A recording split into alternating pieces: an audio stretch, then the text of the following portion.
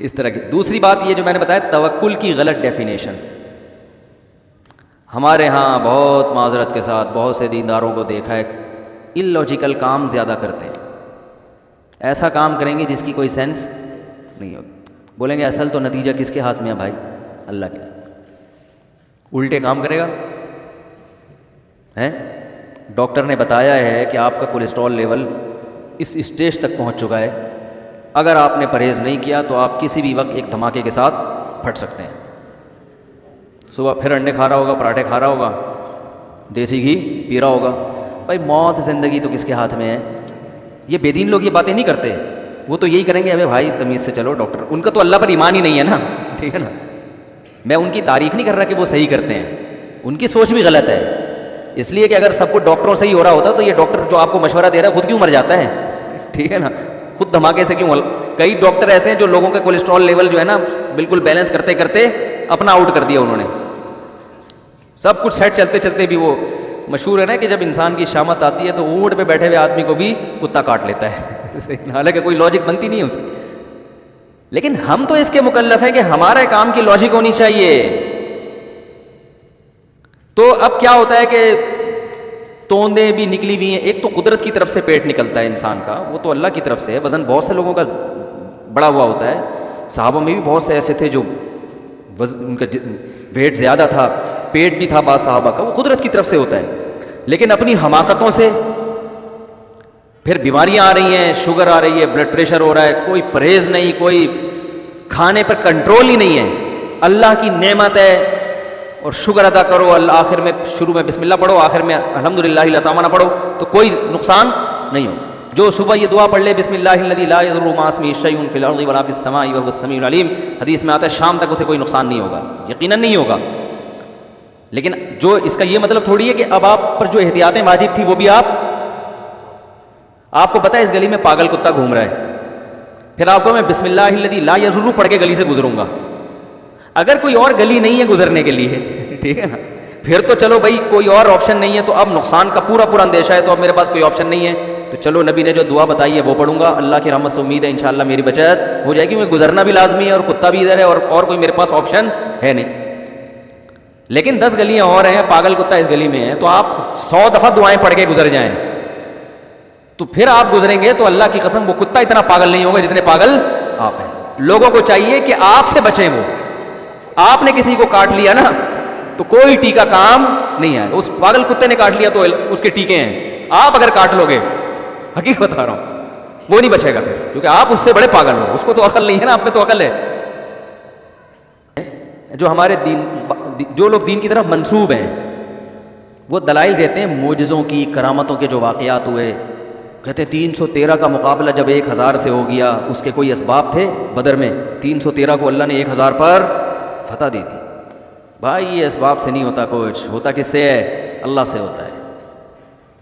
313 دیکھو نوح علیہ السلام کے دور میں کوئی کشتی مشتی کوئی پانی کہیں بھی نہیں تھا, لیکن اللہ نے کیا کر دیا, کوئی محکمہ موسمیات والوں نے اعلان بھی نہیں کیا تھا بارش ہونے والی ہے, اچانک بادل آئے, پوری قوم تباہ ہو گئی. بھائی اللہ نے جب بچانا ہوگا بچائے گا, جب رکھنا ہوگا رکھے گا. جب مصیبت آئے گی تو اونٹ پہ بھی بیٹھ جائیں گے تو کتا کاٹ لے گا. تو کیا ضرورت ہے کتے سے بچنے کی؟ یہ تو کتا پن ہو گیا نا کہ جو ہے آپ بلا وجہ کتے سے بچنے کی کوشش کر رہے ہو. تو اب ان لاجیکل کام, حالانکہ نبی صلی اللہ علیہ وسلم کی سیرت میں معجزات کم ہیں, بہت کم ہیں. آپ کی جو سیرت ہے نا 23 سالہ دور نبوت اٹھا کے دیں گے, ہر کام کے پیچھے کوئی لاجک ہے. گراؤنڈ ریئلٹی کو سامنے رکھا گیا. جہاں لڑنا مفید نہیں تھا وہاں لڑائی کو ٹالا گیا. جہاں لڑنا مفید تھا مگر لڑنے کی طاقت نہیں تھی وہاں بھی جنگ کو ٹالا گیا. بھائی ضروری تو ہے مگر پاور نہیں ہے تو کیسے لڑیں گے؟ سمجھ رہے ہیں کیسے لڑیں گے؟ جہاں لڑائی کے علاوہ کوئی چارہ نہیں تھا کہ بھائی اب کمزور ہیں مگر اگر نہیں لڑے تو اس سے بھی جائیں گے, تو اب مرتا کیا نہ کرتا بھائی, تو وہاں پھر لڑا گیا. یہ نہیں, ہر چیز گراؤنڈ ریئلٹی کو دیکھ کر, اسباب کو دیکھ کر ہو رہی ہے. کوئی جذباتی فیصلہ نہیں ہو رہا. ایک گراؤنڈ ریئلٹی ہے کہ جو سردار ہوتا ہے نا قوم کا, بڑا ہوتا ہے, وہ عزت مانگتا ہے کہ نہیں ہے؟ خالد بن ولید رضی اللہ تعالی عنہ, انہوں نے غزوہ احد میں مسلمانوں کو کتنا بڑا نقصان پہنچایا کہ نہیں پہنچایا؟ ہونا تو یہ چاہیے تھا. ہم اگر ہوتے, ہم کہتے ہیں کہ یہ بس ہاتھ میں آ جائے کسی طریقے سے, ان کو تو چھوڑنا ہے ہی نہیں. احد میں جیتی ہوئی جنگ ہارے ہم ان کی وجہ سے. ابو سفیان اور خالد ابن ولید, یہ 2 حضرات تھے جن کی وجہ سے مسلمان جیتی ہوئی جنگ ہار گئے, اور نبی کے سگے چچا شہید ہو گئے, 70 بڑے بڑے صحابہ شہید ہو گئے. اور اس میں سب سے بڑا کردار کن کا تھا؟ حضرت ابو سفیان اور حضرت خالد بن ولید کا. تو ہم ہوتے, ہم کہتے ہیں بھائی ان کو چھوڑنا ایسے ہے جیسے گستاخوں کو معاف کرنا. ہم یہی کہتے ہیں نا, ان کو نہیں چھڑیں گے. پنجاب میں ہوتے تو ہم کہتے ہیں چھڑا, مر جاؤں گا چھڑاں گا نہیں چھڑیں گے. لیکن اگر آپ صلی اللہ علیہ وسلم یہ سوچتے کہ یہ تو جہاں ملے ان کو مار دو, تو کیا ہوتا ہے کہ بھائی میرے پاس جو پوری دنیا بھی ابھی ہم نے اسلام کا جھنڈا قائم کرنا ہے, تو ہمارا پاس لڑنے کے لیے لوگ کون ہیں؟ یہی ہے نا قریش کے لوگ. کیا خیال ہے بھائی؟ اتنے افراد کہاں سے لے کر آئیں گے؟ اگر انہی کو سارے ظالموں کو مار ہی دیں گے ہم, تو میرے پاس تو اتنے تھوڑے سے لوگ ہیں لڑنے کے لیے. تو بہتر نہیں ہے کہ ان کو کسی طرح اپنا بنانے کی کوشش کی جائے؟ حالانکہ کتنا بڑا, کیا جذبات ہوں گے, نبی کے سگے چچا کے ٹکڑے پڑے ہوئے ہیں, کیسا. لیکن آپ صلی اللہ علیہ وسلم کیا کر رہے ہیں کہ بھائی آپ نے خالد ابن ولید کو پیغام پہنچایا. وہ پتا تھا سردار ہیں یہ, تلوار کی زور سے ان کو اسلام میں لانا مشکل کام. تو آپ صلی اللہ علیہ وسلم نے صلح حدیبیہ کے بعد خالد ابن ولید کو پیغام پہنچایا کہ دیکھو خالد ابن ولید جیسا سمجھدار آدمی ابھی تک اسلام میں داخل نہیں ہوا, یہ ہماری سمجھ میں نہیں آتا. اور فرمایا تم ہمارے پاس آؤ گے تمہیں عہدہ بھی ملے گا, عزت بھی ملے گی. کیونکہ سردار کو یہ ڈر ہوتا ہے کہ اگر میں نے ان کا مذہب قبول کر لیا تو ایسا نہ ہو میری بے عزتی ہو, مجھے تانے ملیں کہ یار ہر آدمی کہے بھائی ٹھیک ہے اسلام تو قبول کر لیا, لیکن نبی کے سگے چچا کا خون سے تو تمہارے ہاتھ رنگین ہوئے ہیں نا, یعنی تمہاری وجہ سے قتل ہوا نا. کسی کوئی اپنے باپ کا حوالہ دے گا کہ میرے باپ کو تم نے مارا, کوئی اپنے بھائی کا حوالہ دے گا میرا بھائی تمہاری وجہ سے. تو ممکن ہے مجھے غلام بنا کے رکھ لیا جائے. اور ایک آدمی جب ایک مقام تک پہنچتا ہے, آرمی میں ایسا ہوتا ہے نا کہ جونیئر کو چیف بنا دیا جائے تو سینئر استعفیٰ دے دیتے ہیں کہ یار جو ہمیں ہمیشہ سلوٹ کرتا رہا ہم اس کو کیسے سلوٹ کریں, انسانی فطرت ہے, یہ نیچر ہے. سمجھنے کے نہیں سمجھ رہے بھائی, جو ہمیں آج تک سلوٹ کرتا رہا ہے اب ہم اس کو کیسے سلوٹ کریں. تو آرمی کے جتنے سینئر آفیسر ہیں اکثر کیا کرتے ہیں, ریزائن دے دیتے ہیں. تو یہ انسان کی ایک نیچر ہے. تو نبی صلی اللہ علیہ وسلم کو یہ تھا کہ خالد بن ولید کے ذہن میں یہ خیال آ سکتا ہے, تو آپ نے فرمایا کہ ایسا نہیں ہے. اب ہم ہوتے تو فتویٰ لگا دیتے یہ تو لالچ دی جا رہی ہے اسلام میں لانے کے لیے, ہے بھائی کیا خیال ہے, عہدے کا اسلام قبول کرنا ہے تو بھائی اللہ کے لیے کرو, عہدے کا کیا ہے, عہدہ نہیں ملے گا, عہدہ نہیں ہوتا ہمارے یہاں. ہماری مرضی, ہم تمہیں کہیں چوکیدار لگا دیں یا بس کا ڈرائیور بنا دیں, ہماری مرضی ہے, تو ہماری مرضی ہے. لیکن نبی صلی اللہ علیہ وسلم کیا فرما رہے ہیں, بھائی تمہیں عزت اسی طرح ملے گی.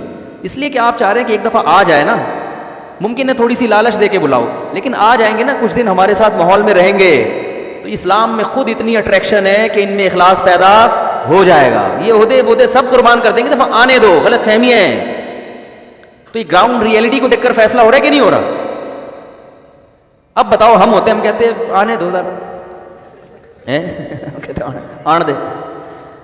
تو وہ خالد ابن ولید رضی اللہ تعالیٰ عنہ سے 2 جنگیں ہو چکی ہیں, اس میں وہ ان کو ایمان کی توفیق نہیں ہوئی, اس جملے نے ان کو اسلام کی طرف مائل کر دیا. سردار آدمی تو پھر ایسے ہی ہوتا ہے نا, جو خاندانی سردار ہوتے ہیں وہ ایسے ہی ہوتے ہیں. تو آ گئے, اسلام قبول کیا, ان کو کمانڈر بنا دیا آپ نے. لیکن شروع میں تو کمانڈر, اس کے بعد آپ میں اتنا اخلاص پیدا ہوا ہے کہ آپ کہتے تھے کہ میں ہمیشہ امیر بن کے لڑا ہوں. حضرت عمر نے نا جیسے ہی دور حکومت آیا حضرت خالد ابن ولید کو معزول کر دیا اور بولا عام سپاہیوں کی طرح لڑو گے, امیر نہیں بنو گے. انہوں نے فرمایا کوئی بات نہیں, مزہ آئے گا, پہلے کمانڈر بن کے لڑتا تھا اب سپاہی بن کے لڑوں گا. کیا خیال ہے, ورنہ کسی کمانڈر کو معزول کر دو, سپاہی بنا دو, بڑا غضبناک ہوتا ہے وہ.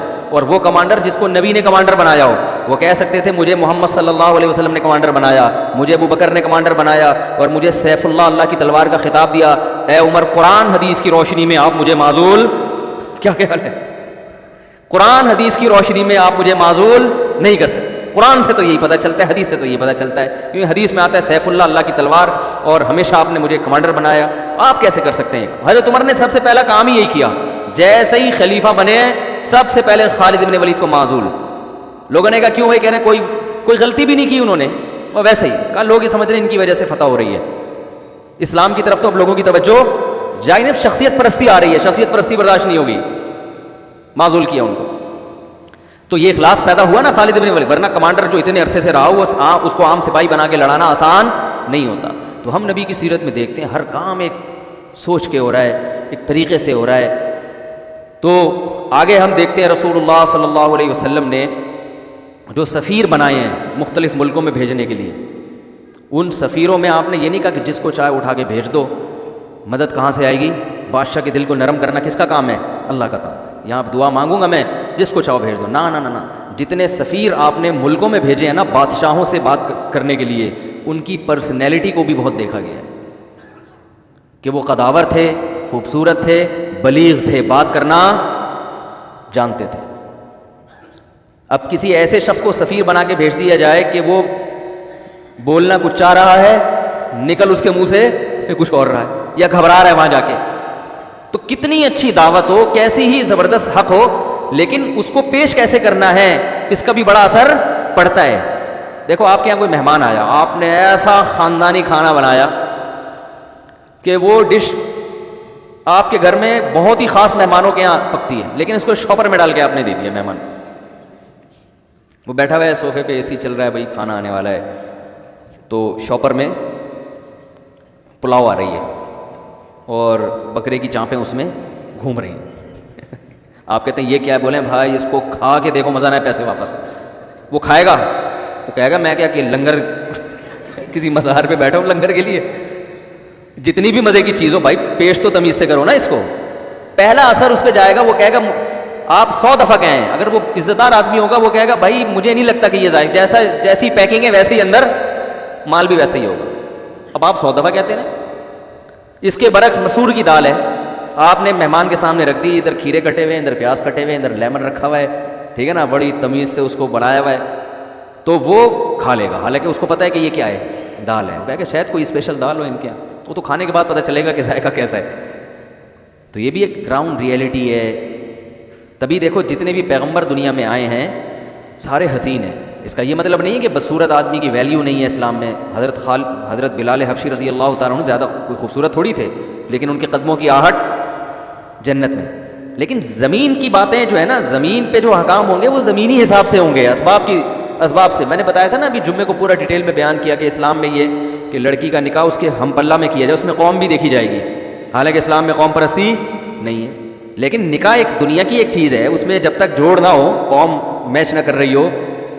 قوم میچ کا مطلب یہ نہیں کہ غیر قوم میں، ایسی قوم جو اس کے یعنی خاندانی روایات کی وجہ سے ایک اس کے ہم پلہ سمجھی جاتی ہو، تاکہ عورت کو یہ احساس نہ ہو کہ میرا شوہر جو ہے وہ مجھ سے دنیاوی معاملات میں کمتر ہے، تو وہ پھر اس کی اطاعت نہیں کرے گی.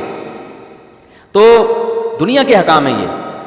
تو رسول اللہ صلی اللہ علیہ وسلم نے یہ جو بڑے سفیر تھے نا، دحیہ کلبی رضی اللہ عنہ، یہ سفیر تھے، ملکوں میں جاتے تھے بادشاہوں سے بات کرنے، اثر پڑتا تھا. پہلا امپریشن بادشاہ کے سامنے، بھائی یعنی ہٹو بچوں، ٹھیک ہے نا. تو یہ اتنے خوبصورت تھے جن کو نبی نے ملکوں میں بھیجا تھا سفیر بنا کے. اتنے خوبصورت.